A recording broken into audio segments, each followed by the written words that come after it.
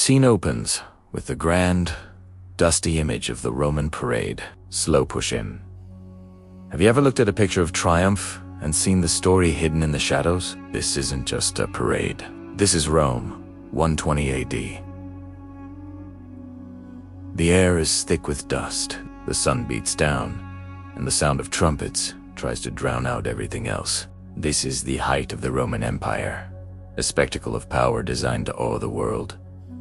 But look closer. Look past the gleaming eagles and the polished marble. Look into the eyes of the men marching. These are the legionaries, the backbone of the empire. They've walked thousands of miles, fought in lands most Romans couldn't even name. They've built the roads they now march on, the forts that secure the borders. They are the instruments of Roman will, the living embodiment of its strength. The crowd cheers for the victory, for the abstract idea of Rome. But do they cheer for the soldier?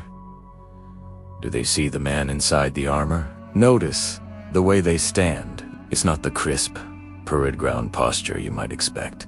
There's a subtle slump, a weariness in the shoulders that no amount of discipline can fully erase. Their eyes, visible through the gaps in their helmets, aren't filled with the fire of victory. They're distant, scanning the crowd but seeing nothing. They see the ghosts of battles fought on the misty frontiers of Britannia, or the scorching deserts of Parthia. They see the faces of comrades who didn't make it back to march in this glorious parade. This soldier here, let's call him Marcus, he's maybe 25 years old, but his eyes hold the weight of a man twice his age. He clutches his pilum, the heavy throwing spear, and his hand is calloused and scarred. That hand has built walls, dug ditches, and ended lives. His shield, his scutum, is scratched and dented. Each mark tells a story.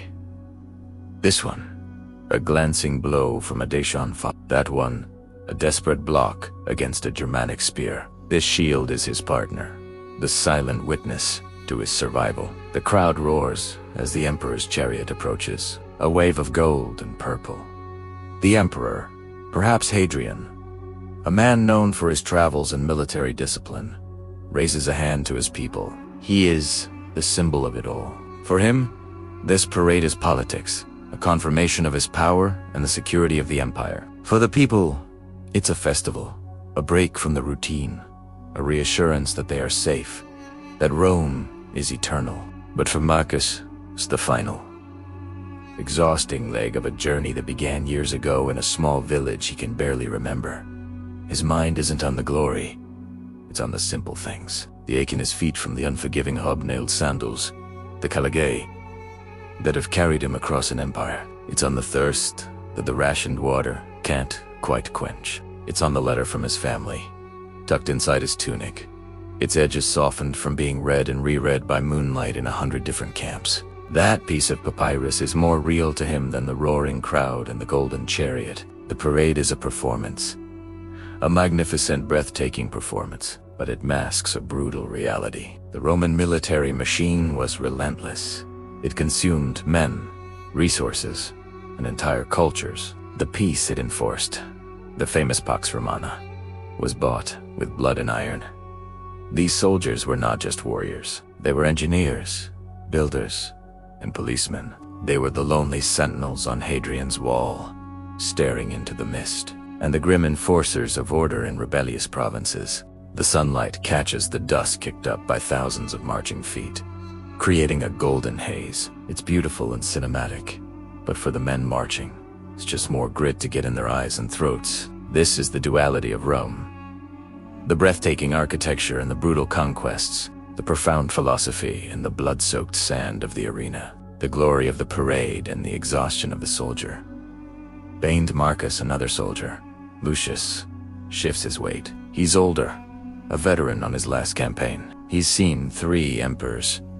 He knows this ritual well. He knows that the cheers will fade, the crowds will disperse, and tomorrow it will be back to the barracks, to the endless drills, the discipline, the waiting for the next order, the next campaign, the next march to a place they've never heard of. For him, the pride is not in the spectacle, but in the survival. It's in the quiet nod to a fellow legionary, an unspoken understanding of all they have endured together. The parade is a narrative, crafted by the state. It tells a story of unity, strength, and divine favor. But every individual within that parade has their own story. A story of fear, homesickness, brotherhood, and a quiet, stubborn resilience. They're not just cogs in a machine, they are men. They carry the weight of the empire on their shoulders, one weary step at a time. As the camera pushes through the haze, focusing ever tighter on the faces in the ranks, the epic scale of the event dissolves into a series of deeply personal moments. The slight tremor in a young soldier's hand, the 1,000-yard stare of a seasoned centurion, the way a standard-bearer grips his eagle,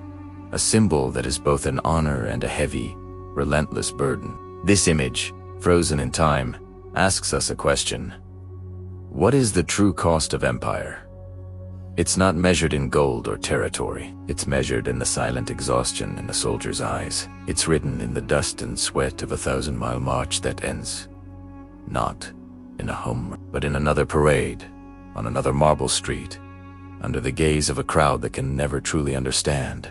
The trumpets sound for the emperor, but the silence in the soldier's heart speaks for the legion. Thank you so much for joining me on this journey back in time. If you found this perspective interesting, please consider liking this video and subscribing to the channel for more deep dives into the stories hidden within history. See you next time.